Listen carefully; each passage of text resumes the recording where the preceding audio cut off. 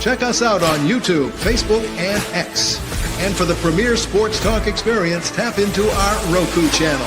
Start your mornings with Mac and Jack covering all the weekend sports action. Then pour a cup and enjoy all the sports you can drink on the Coffee and Sports podcast. At midday, talk sports from east to west on the Coast to Coast podcast. Followed at night by some hot girl talk with Prim and Proper Sports featuring Sonia Pearson. Talk boxing on the Gloved Fist. Yankee fans tune in for Start Spreading the News. And there's more on the College Sports Huddle and Sports Scope with Robert Butler. And that's just a sampling. There are 20 podcasts in all and 70 weekly shows giving us a 3.4-star viewer rating.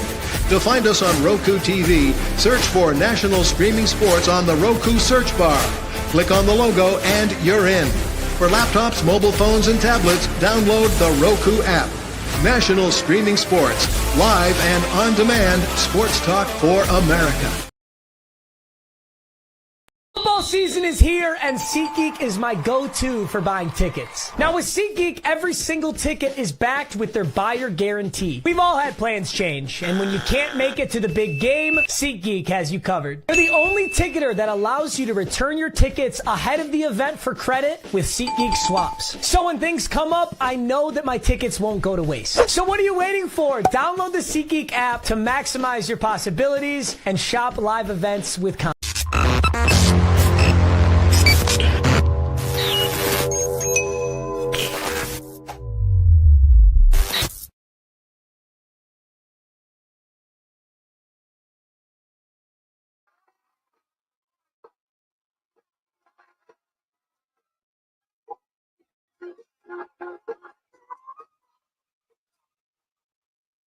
Well, we made it through Wednesday. Jack, how you doing, folks? And I guess I'm reporting to you from the frozen tundra. That's what it feels like out there right now. It's all ice all over the place. Streets, sidewalks, everything's covered in ice right now. So, from where, Matt? Tell our viewers from where. I mean, you're not even telling them where you are. I mean, they should know, regular listeners. Yes. The regulars know. They definitely know. I'm from Connecticut. And like I said, it's covered in ice out there right now, Jack. So anyway, we've got NBA to talk about, NFL to talk about, Major League Baseball, a little bit about boxing, and of course the 1980 Olympics. That was really the last Olympics I watched, Jack. In 1980, 84, I ended up going into service, so I missed. I think that was it. I mean, real quick, speed skater Eric Heidman, he was got the last of his 5 gold medals. The men's figure champion wins the gold medal. I can't recall his name right now, and I don't have it in front of me. But he won the gold. Wait a second. We're not talking about the 1980 Olympics because the United States boycotted the 1980 games. I thought we were in Lake Placid. Oh, Lake Placid. I'm thinking of the Summer Olympics. That's bad. Okay. That's fine. Right. Yeah, 100% correct.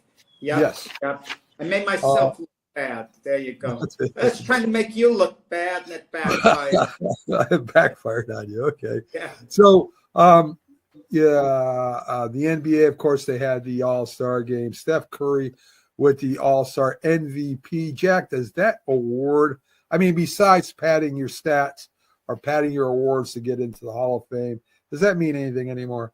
Well, yeah, let me just backtrack a tiny bit, then I'm going to answer that question. Right now, when you mentioned the Olympics, it kind of brought a smile to my face. At least that was the intention, because for my book on Michael Spinks I'm working on a chapter right now in the 1976 Summer Games where he won a gold medal in the Olympics. And I make mention of Bruce Jenner winning the decathlon. And I think of a picture with Howard Cosell in the middle with Bruce Jenner and O.J. Simpson together, the ultimate good guys, the ultimate guys corporate America loves. If they only could have had a peek into the future, that's all they would have needed. With Jenner and O.J. Simpson, what would transpire, what would corporate America have been thinking. As far as Steph Curry goes, these All-Star Game awards in the NBA don't mean anything at all. They do mean something in the NBA Finals. I think people make reference to that very unfairly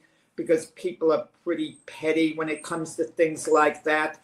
Steph Curry won the MVP award a couple of years ago in the finals when Golden State won the NBA championship. He hadn't won it before in the other 3 years that Golden State won the championships. If he didn't win an NBA Finals in 4 years there, people would have been petty. They would have said, well, he was never Finals MVP, even though it really wouldn't have meant anything. And you kind of wonder a little, even this year, Mac. Let's say the Boston Celtics repeat. I mean, Jason Tatum didn't get the Finals MVP last year. It went to Jaylen Brown, and Jason Tatum is a better player than Jaylen Brown. You have to believe Jason Tatum's people are making him very aware of that. He's aware of it. The public is going to say, well, is he going to be the MVP? And if the Celtics repeat and Jason Tatum doesn't get the MVP, even though he probably would have played very well, they would have judged him against other players. Well, he wasn't a Finals MVP. So these awards, as petty as it is, okay, I think they mean something because the public always tries to create a narrative as far as judging a player's legacy. Well, I mean, the MVP is for that championship series. It's not for all year round. So, I mean, Jaylen Brown perhaps had a better series than Tatum that series. I'm not saying it's unfair, but I'm saying that's what people are going to judge at the end. Even Shaq, when he does this broadcast on TNT, he once got into an argument with Charles Barkley, and he says, you could look up the record. I was a 3 times Finals MVP. Like right. He uses it on the resume. And a guy like Kobe Bryant's his teammate, can you imagine Kobe seeing Shaq always getting the MVP? It doesn't go over as well on a guy's legacy per se. You know, and even the Super Bowl, we've talked about it in football a few years ago when the Rams beat the Bengals. Aaron Donald should have been the MVP, but it went to Cooper Kupp. How do you think Aaron Donald's going to feel whenever they have a celebration of Super Bowl MVPs? They bring him back to the Super Bowl. They don't bring him. They bring Cooper Kupp, and he was more of a force in that game than Cooper Kupp was. I mean, so these awards, they do wind up meaning something, maybe not as far as the series goes, but as far as the public sometimes looking at a guy's legacy, sometimes they ignore things like that completely, you know, and it's not important. But then again, you know, it could create certain narratives that are unpleasant for certain stars.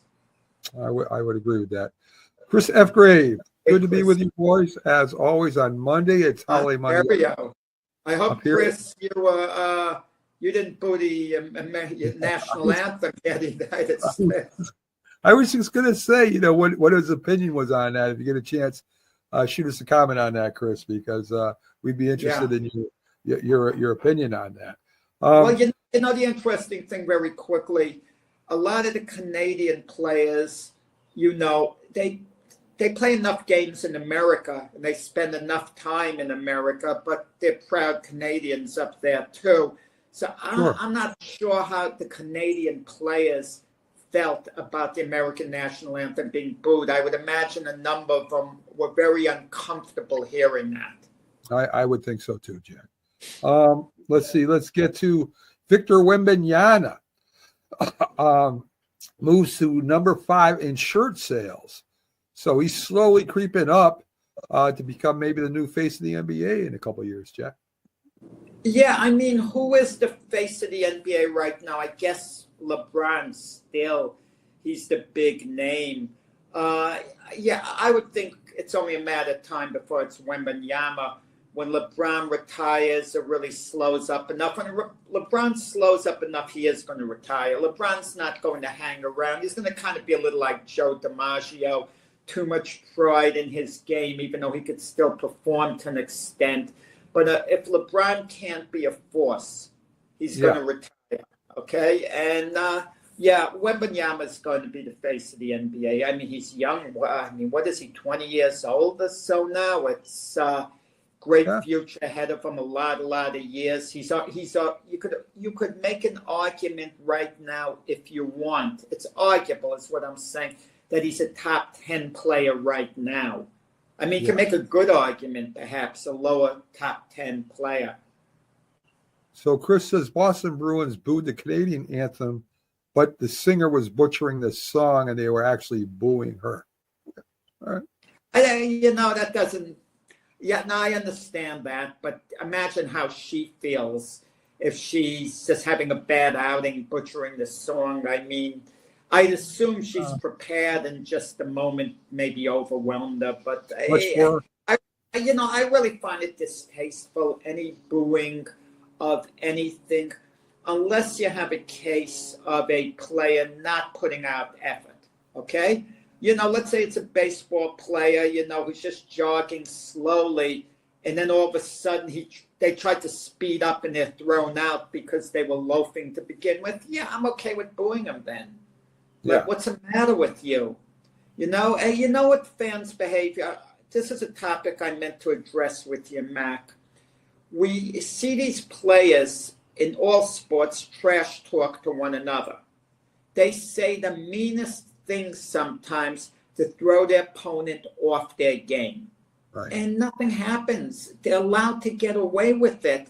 But if the fans yell that out to the players, the fans now are going to get ejected if they get too personal. And the fans should get ejected under that circumstance, except if the players are allowed to say the same thing to one another, the fans should be allowed to say it as well. Everything should go. In other words, I'm saying the trash talk with the players has to stop. Yeah. So he agrees with us, Jack.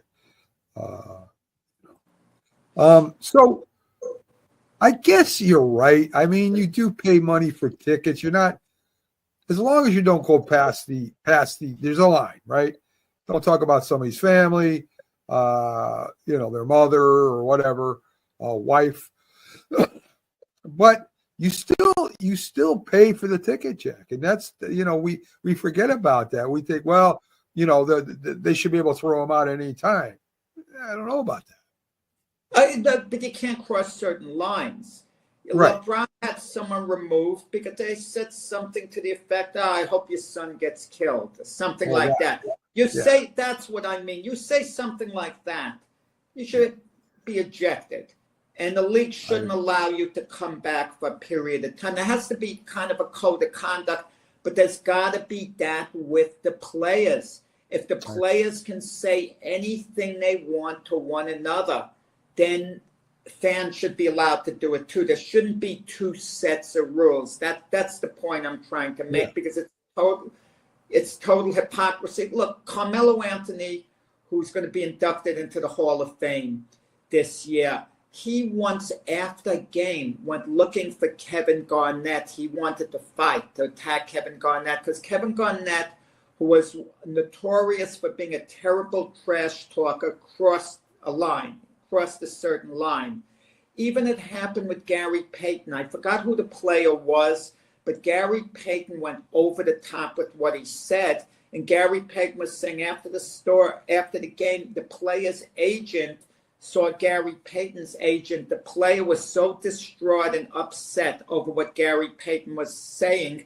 Gary Payton then saw him to apologize because he went way, way too far. It's one thing you want to diminish a guy's game. I mean, if it's going to help you on the court. For example, when Michael Jordan was guarding Muggsy Bogues once, Muggsy Bogues is 5'3" tall. Amazing that he could play in the NBA at that height. But Michael Jordan called him a midget and dared him to shoot. Come on, midget, you're wide open. Just shoot the ball. And Muggsy Bogues missed the shots. And Muggsy Bogues said it always stayed with him. It hurt his confidence. Was it mean-spirited what Jordan said? You could say that, absolutely. But he was also doing it within the confines of a game. I mean, he was ridiculing the guy's height, but it's the same if, in a way, if you call a guy a skinny guy. Come on, skinny guy. Come on, fat guy. Come on, toothpick, or this, that, when you're on the court. You know, that trash talk, I even though I find it distasteful, it's not the same as telling a player who has a kid with a disability and bringing that up and mocking them. Yeah. Big difference. So I think we both agree with that you know, that there is definitely a line. Good morning, Rick. Yes. So anyway, we'll let this go up real quick, and we got to push on to other things here. Went up real quick. I didn't even see it. Man, that was quick. There you go. Adam Silver says he was surprised by the Luka trade, but Dallas did what was in the franchise best interest. Of course, duh, we all know that. But since when is Adam Silver talking about every topic in basketball now? I mean, you know, I mean, he used to be my favorite commissioner. Now, I don't know. No, these are just headlines that people are trying to garner. Leave Adam Silver alone. Everyone was surprised by the Luka trade. What's he supposed to say? I wasn't surprised. They asked him a question. Right. Were you surprised? I tell the story that 6 weeks before the Tyson Holyfield rematch, okay? I'm in Las Vegas. I went to cover the Pernell Whitaker Oscar De La Hoya fight. Evander Holyfield was there 6 weeks before his fight with Tyson to support his friend Pernell Whitaker. Flying back to New York, who should I bump into at the airport? Evander Holyfield. What a great story. I get an exclusive. I sit down with him, and I'm asking him questions, and he's tired. He's a gentleman. He's answering them. So I asked the most basic question. Do you anticipate Tyson being more ready than he was for the first fight? So he said it without any emotion. He says, yeah, I mean, he knows he has to be more ready because what he did the first time wasn't good enough. Yes, right. Simple answer. Nothing excitable at all. The headline on the magazine says, from Holyfield, Tyson had better be ready. It's like he's throwing down the gauntlet. You know, right. And it made it look like he's threatening Tyson had better be ready. He's gone, like Holyfield's all gung-ho, but it was a simple answer. And they make these things out to be so dramatic. Like, I'm not sure we're going to bring it up. Like, they asked Bill Cowher. Bill Cowher mentions, yeah, I think the Steelers will talk to Aaron Rodgers. He has no clue, Cowher. He's not talking with anyone on the Steelers.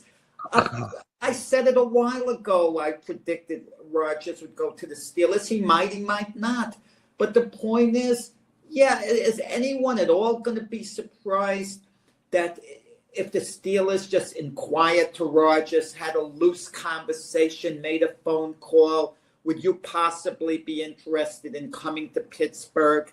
If we're interested in you, do you think you might be interested in us? Because the first thing you do, Mac, if you're the Steelers, you feel them out. Sure. You know? And the Steeler quarterback situation between Russell Wilson and Justin Fields, it hasn't been resolved yet.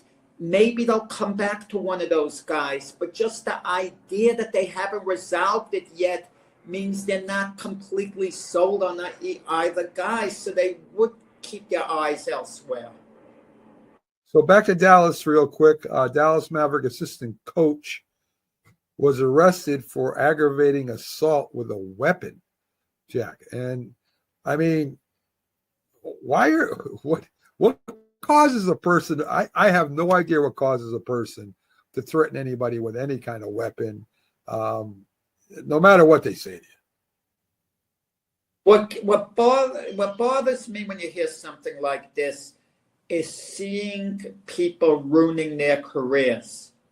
I mean, you do something like this, and if you're found guilty of it, okay, what other team is going to want to hire you? It's such like bad public relations for them. And if they do hire a person who commits an act like this, if indeed, you know, the person's guilty, you know, in any way of it, you put your career years on hold at the very least. I mean, the damage you do to yourself professionally, I mean, it's, you know, I hate to see people mess up their lives. They have like really good jobs, good situations, and to just mess it up. But sometimes too, a person is falsely accused of something. So, you know, you got to preserve judgment as well. True. And in the NFL action, Andy Reid and the Chiefs want Kelce to return, but in a lesser role. I mean, if you're Travis Kelce, do you really want to play a lesser role? I mean, is that what you want? How to end your career? I don't know, Jack. What do they mean a lesser role? He would be their starting tight end. I got to assume that. Who else is going to start ahead of Travis Kelce next year? That's what I kind of wonder about. So when they say a lesser role, I don't completely get it. Okay? Like I said, they're going to draft a tight end. Is a tight end going to be available for them at where? They're going, you know what, like they're going to be drafting something like 31st or thereabouts, very late in the draft, in the first round. I just don't see it. You know, if they could get a Brock Bowers type, yeah, they'll want to start him. But what do you mean lesser role? I just don't get it. Well, he really didn't look good, Jack, at the end of the year there. He didn't look good in the Super Bowl at all. So I don't know if they feel that maybe he's just too tired, or maybe he didn't. You know, we know he didn't train. He was with Taylor Swift on the. You don't know he didn't train, but he couldn't have trained as well. Because let's be honest, if you're traveling around the world, you're going to Australia somewhere. You're on the plane. There's jet lag. Even though you're still working out, you're not working out with the same intensity. True. You know, I mean, you're going to the gym. But it's like, I make the joke, it's like studying for an exam with the TV on. You're still studying, you're still looking at the book, but you're not as sharp, you're not quite as focused. And I'm sure Travis Kelce felt he was doing what was needed to get in shape, but also the conditioning is year-round. It has to happen, go through the whole off season. Yes, and Richard, yeah, I believe that's true too. They use weapons because they don't have the courage to stand across for someone. So, yeah. So Saquon Barkley warns the rest of the league that he's going back to the Super Bowl. Jack, I would expect him to say that. I wouldn't expect him to say that he's not.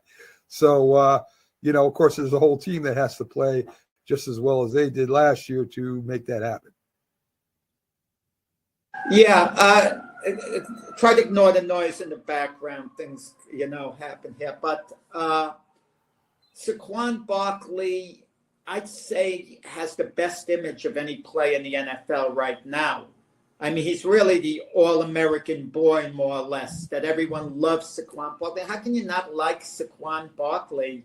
I mean, he gives this clean-cut image. You hear the story during the parade. He noticed the towel boy in the crowd. He grabbed him and had him, you know, ride with him. That's awesome. How did he notice the towel boy in the crowd? I don't get this, you know. But you can't make this stuff up. But, you know, just and you get the feeling there are no airs about Saquon Barkley. He's a plain, down-to-earth guy who everyone, you know, likes. I mean, he came in the locker room, and in the Eagle locker room, he went over well. And listen, the Eagles are a great threat to go back and, you know, repeat. But there are other teams in the mix. There are other teams in the mix. And we'll see how the offseason plays out. Certain signings are going to take place. Like, let's say the Detroit Lions sign a Myles Garrett all of a sudden, and they have Hutchinson coming back next year, who didn't play most of the year because of the injury, who wasn't there at the end. All of a sudden, the Lions, maybe they finally, you know, could get over the top. Then they're the Packers, who could take the next step. I mean, there are teams out there who are going to contend with the Eagles, but the Eagles in a good spot, you know. Excuse me. I think the Chiefs are less likely to go back to the Super Bowl next year than the Eagles are. But there's the off-season moves are going to be made. and things can change very, very quickly. I mean, listen, it was just 2 years ago that my Jets were favorite to a lot of people to maybe go to the Super Bowl.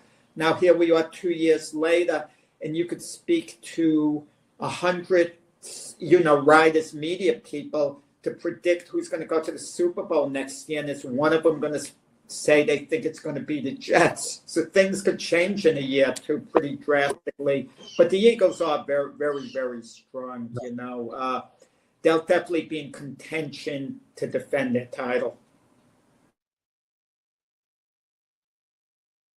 Well, I think in the AFC, you got three legitimate, not counting the Chiefs, contenders. You got the Bengals with Joe Burrow. You got the Ravens, who haven't been able to do it, but I think they're going to. The more you get there, the more you get a chance of getting to where you want to go. And the Bills, they beat the Chiefs during the regular season. So I think those three teams, Jack, have the best chance next to the Chiefs to get there next year. I think you nailed it perfectly, Mac, because the three quarterbacks, you mentioned the Bengals, Joe Burrow, the Ravens, Lamar Jackson, the Bills, Josh Allen, and we kind of know they're not going to go their whole career, all three of them, without one of them getting over the top at some point. Right. And maybe, and their teams are pretty much ready now. The Bengals didn't make the playoffs, but arguably at the end of the year, they were as good as any team in the AFC. They were maybe the best team in the AFC when the season ended. But those early season losses prevented them from going to the playoffs. Lamar Jackson has been on the doorstep. He's been really, really close. Josh Allen, the same thing, on the doorstep. And wouldn't it be funny that the Chiefs get back again next year? I mean, I don't get that feeling that they will. I think when you lose a Super Bowl the way they have, I think it takes something out of you mentally, because I think a thing that motivated their players probably during the offseason was making history and three-peating. Now that they didn't do that, it's kind of hard to crank it up again with the same intensity as the year before. That's just my feeling. The players will all say they can. Had they beaten the Eagles in the Super Bowl and they were going for 4 in a row, I think they would have been motivated. Let's keep this going and going and going. But, they came short. What does Joe Flacco have to do with anything?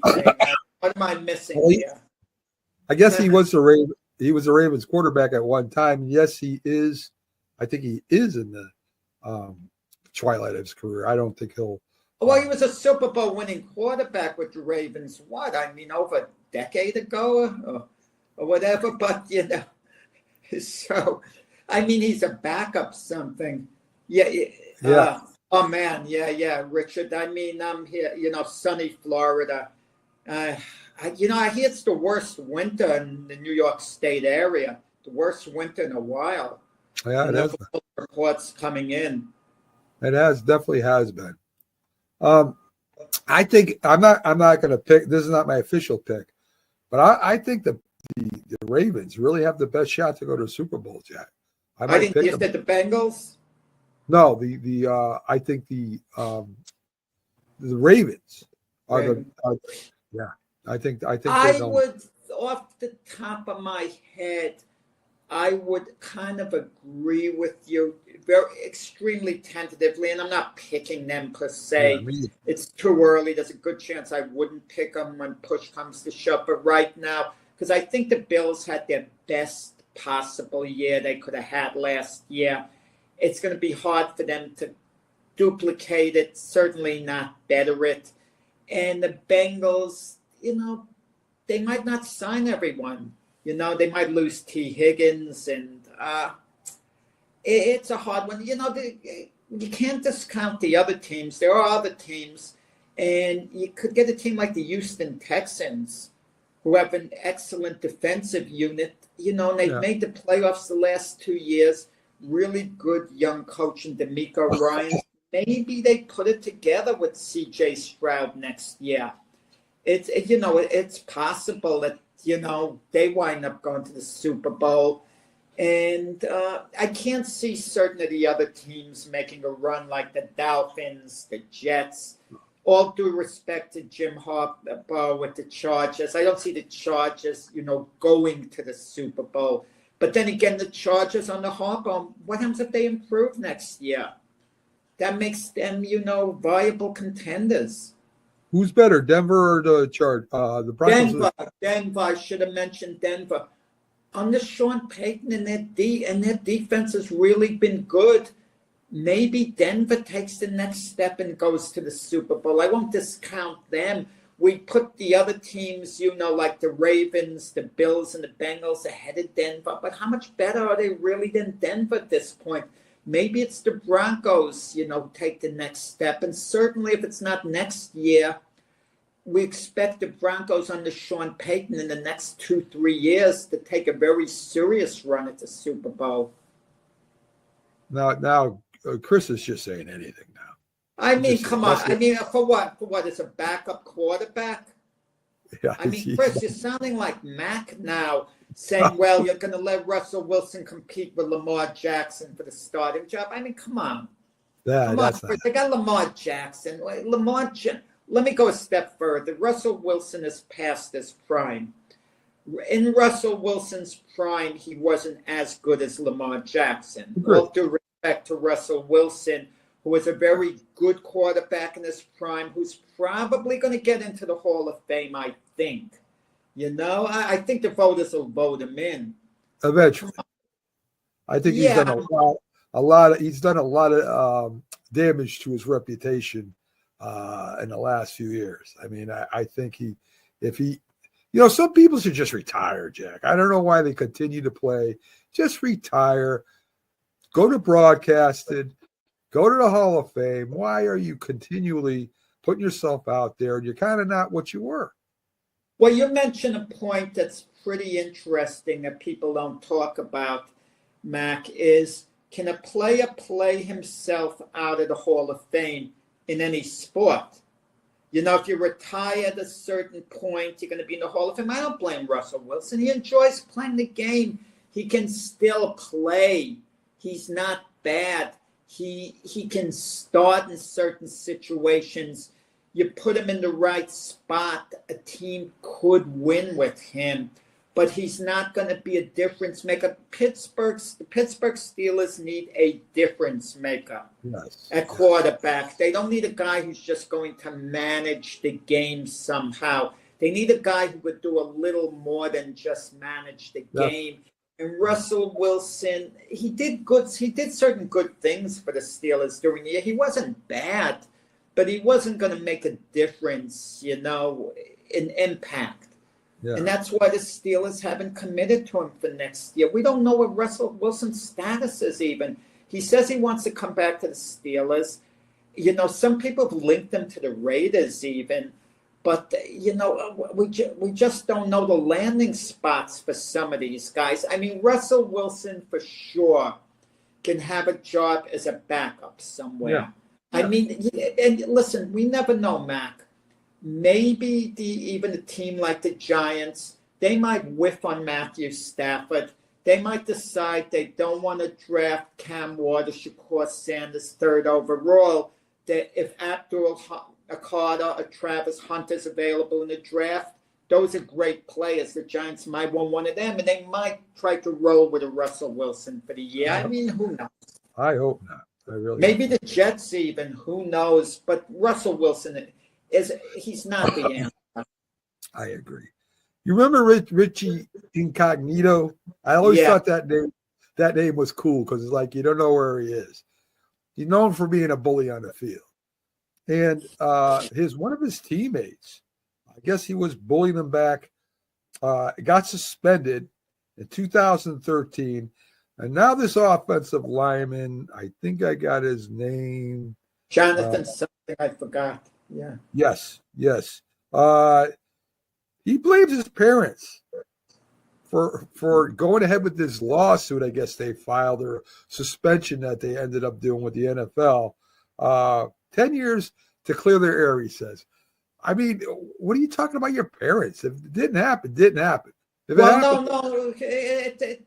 something went down. I mean, I don't know, but Richie Incognito had a reputation of being a real jerk. Yeah. He really did. You got bad vibes with his reputation, this and that. But sometimes you don't know what goes on behind the scenes.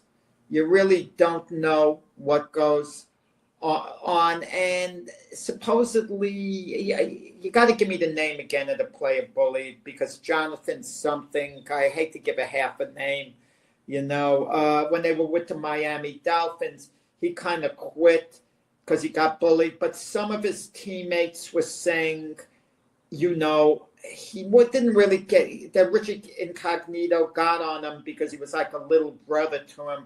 So sometimes you have a little brother, you kind of abuse him in a way. I mean, you don't do it because you dislike him or anything like that. You come on. You're pushing him a little too far in a way. And there was a case years ago where this player, you got to get the name. You can bring in this. Don't bring up a topic you don't got a guy. I don't have the name. We'll get it for you. But don't do that anymore, Mac, because I normally bail you out remembering the names, and I only remember half the name now. Well, so it's your fault too. I'll go on Jonathan. So Jonathan put out years ago, people don't remember, a post, and the police investigated. It seemed like Jonathan might be violent, trying to get revenge, and the police looked into it and they found no, it's not threatening, and they dropped it, But it's a story that people remember, because when you talk about bullying in sports, Mac, this is the story with Richie Incognito that we go back to. But bullying in sport, Jonathan Martin, thanks a lot, Rick. I knew it was Jonathan something. Thank you. That was Mac's job. Rick is always helping you out, Mac. I mean, he's you should make an assistant producer of this show. You have thick skin, Mac. That's what I like about you. I couldn't take all this bullying that I bully you. Yeah, I couldn't take it if you bullied me the same way I bullied you. But bullying in sports takes place all the time, and I can't stand it. You have this rookie hazing where the rookies have to carry bags, and this freshman orientation stuff, it shouldn't be allowed to go on. I think Jimmy Johnson said it once to the Dolphin rookies when he took over, as head coach. He says, if the veterans tell you to do something, tell them to shove it up their behind. That's what I kind of like. Rookies should not have to do the rookie stuff unless it's good-natured. If it's good-natured, like you get the veterans their newspaper, not that anyone uses a newspaper now, or a cup of coffee for the veterans if you're a rookie, that's cool. That's like, that's good-natured stuff. That's fun. You have to do your rookie business, because even the rookies would kind of get a kick out of that, I got to get so-and-so something for a year, but next year I won't be a rookie, so one of the rookies is going to have to serve me for a year. That's like in good fun, but beyond that, the bullying it's awful. Rick says, don't get me in trouble with Linda, Jack. So there you go. Yeah. Listen, that hazing happens. I mean, I was hazed, Jack, back in when I was in high school. It was part of like the initiation, right? I mean, they shaved, put shaving cream all over me, and then we had to sing a song. I mean, it's just something that happened. Mac, they kill, but players you hear occasionally die or something. It goes well.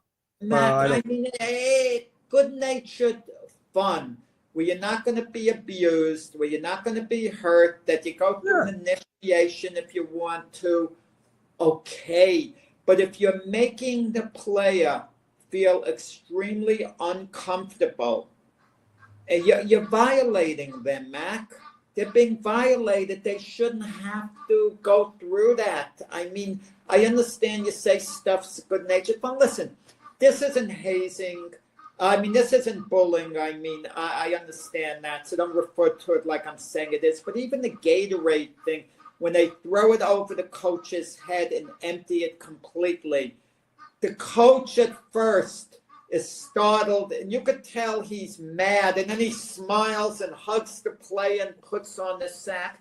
I don't want all this Gatorade poured over my head, like thrown and soaked, where I'm going to be soaked in Gatorade and that sticky stuff until I can get in the shower an hour and a half after the game. Come on, and the cold weather, it's not a. It's part of it's like a ritual. It's a ritual, but it's not a pleasant ritual. It's 22 degrees out, and you have the cold Gatorade tossed on you.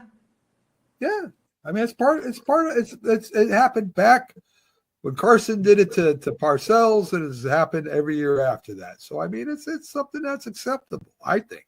It's acceptable, but do you honestly feel the coaches don't mind that? For the most part, they wish it wouldn't happen.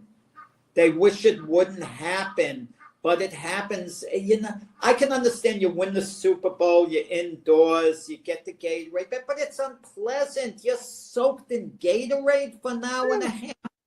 You just won the Super Bowl and you're going to complain about being covered in Gatorade. No, they're not going to complain, but I'm saying the coaches don't like it. You know, I'll accept it as a ritual for this, Mac, that it should only happen in the Super Bowl, no other game. Yeah. Make it a one-time tradition.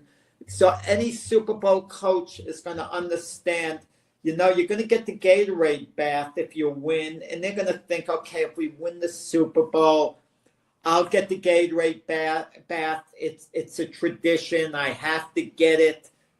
Okay, when it happens, I'm not going to like it, but you know, I'm kind of ready for it, but it shouldn't happen any other game. A team makes the playoffs, they get the Gatorade thing. I mean, some of the rituals could get out of hand. The Yankees were doing things like a pie in the face after game winning. And Derek Jeter didn't like it. Derek Jeter was singing as his amateurish. It's ridiculous, a pie in the face. I thought you were going to say how they were doing the champagne after every win, like they won the World Series. Last year, the Yankees were doing that. I thought that was way over the top. After every series, too, right. You win the division. You're having a celebration, champagne in the head. The first division round, the second. Yeah. I mean, I can understand you doing it twice when you get to the World Series and then win the World Series. You know, but squirting the champagne on players isn't so bad because they're already in uniform. They're going to change. They're going to shower.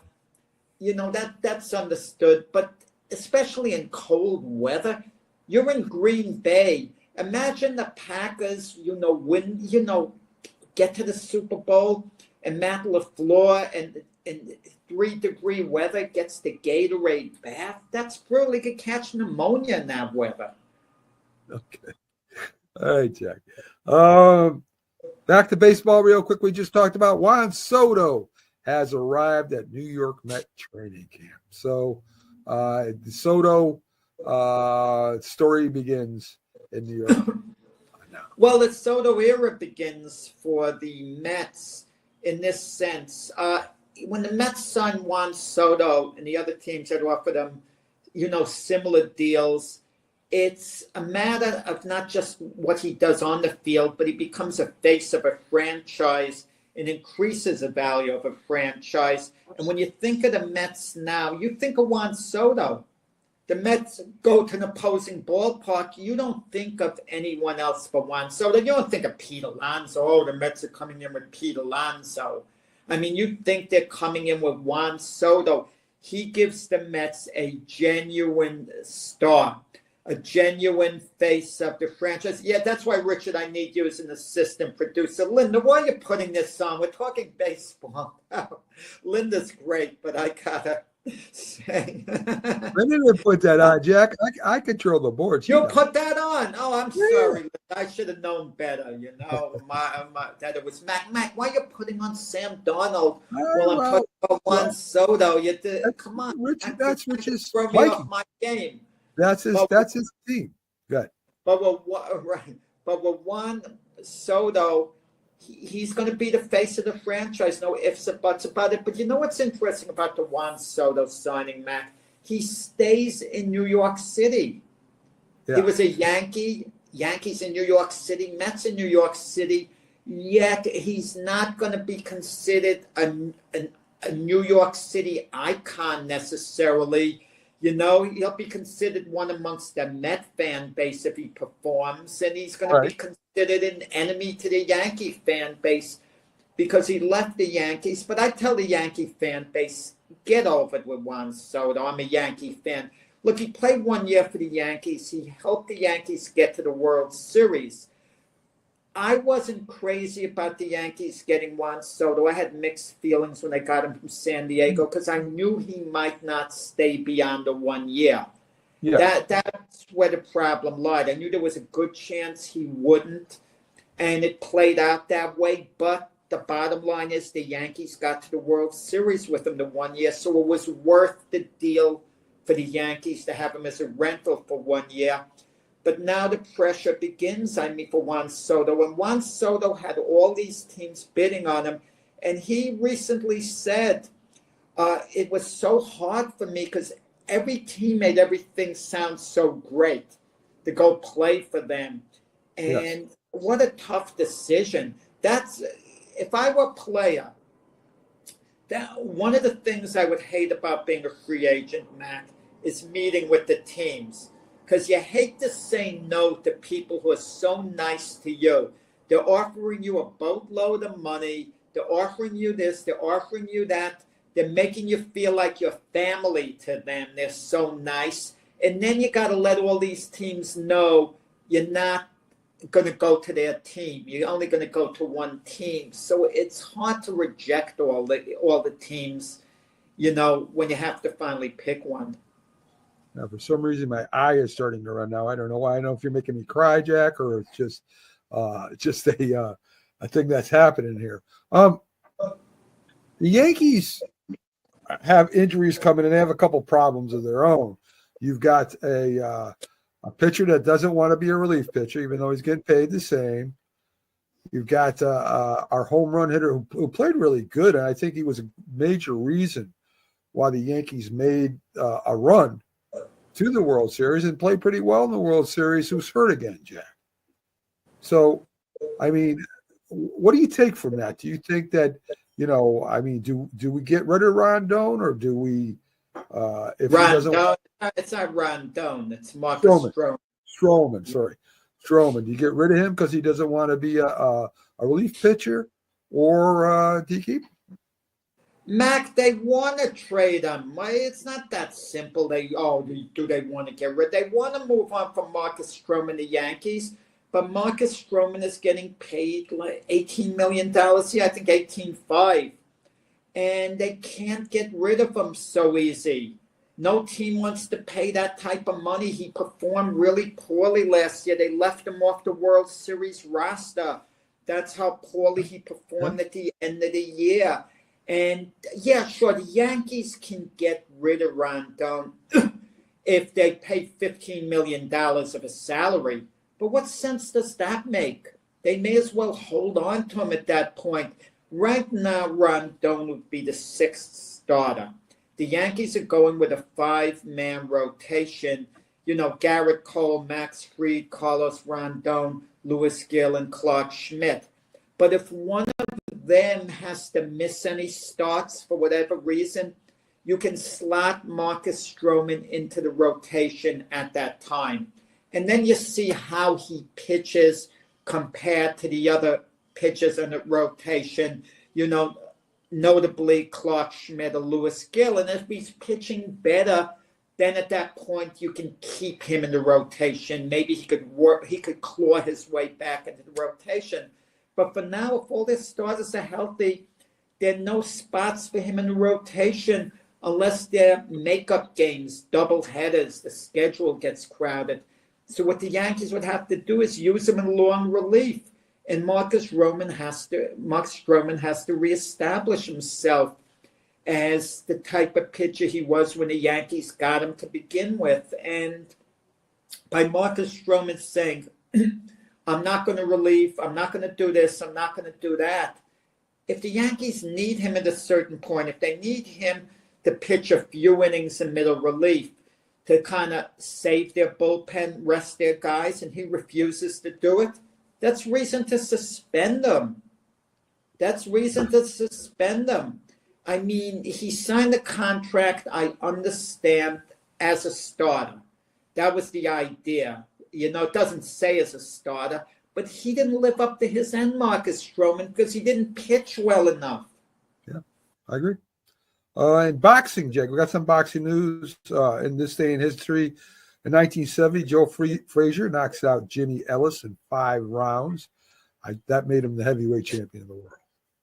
Yeah. Well, that you make a great point. You said it good, Mac, because it was a unification fight. It had when Muhammad Ali wouldn't go into the service, he had his title taken away from him. Muhammad Ali wasn't allowed to box. He wasn't allowed to defend his title, which is flat out wrong because he had a right not to go into the service. And then there's due process in the court of laws. Okay. You know, and so he never should have gotten suspended, you know, to begin with. But while he was suspended, they had the WBA, World Boxing Association, had an 8-man heavyweight tournament, the 8 best heavyweights in the world. They had to go to number 9 because Joe Frazier wouldn't enter the tournament. He refused. So they had an 8-man tournament and was won by Jimmy Ellis. In the meantime, Joe Frazier was given recognition in New York State and Pennsylvania and a few states as champion when he knocked out Buster Mathis. But Ellis's claim to the title was stronger than Frazier's. But eventually they had the unification match in New York, February 16th, 1970 at Madison Square Garden. And Ellis was retired on a stool at the end of the 4th round by Angelo Dundee after he got knocked down twice. And then Muhammad Ali announced his retirement shortly before that fight, saying he's done with boxing. Whoever wins the Frazier-Ellis fight, he's going to give his belt to, blah, blah, blah. So when Frazier beat Ellis, he became the heavyweight champion because Ali retired. Now, if Ali didn't retire, you know what that would have meant, Mac? The following year when Ali met Frazier in the fight of the century, Ali really would have been the defending champion because he never would have retired, never lost the title in the ring. But because he retired, it was fair to consider Joe Frazier the world heavyweight champion going into the fight with Muhammad Ali, and Ali was the challenger because Ali retired voluntarily, had given up the title.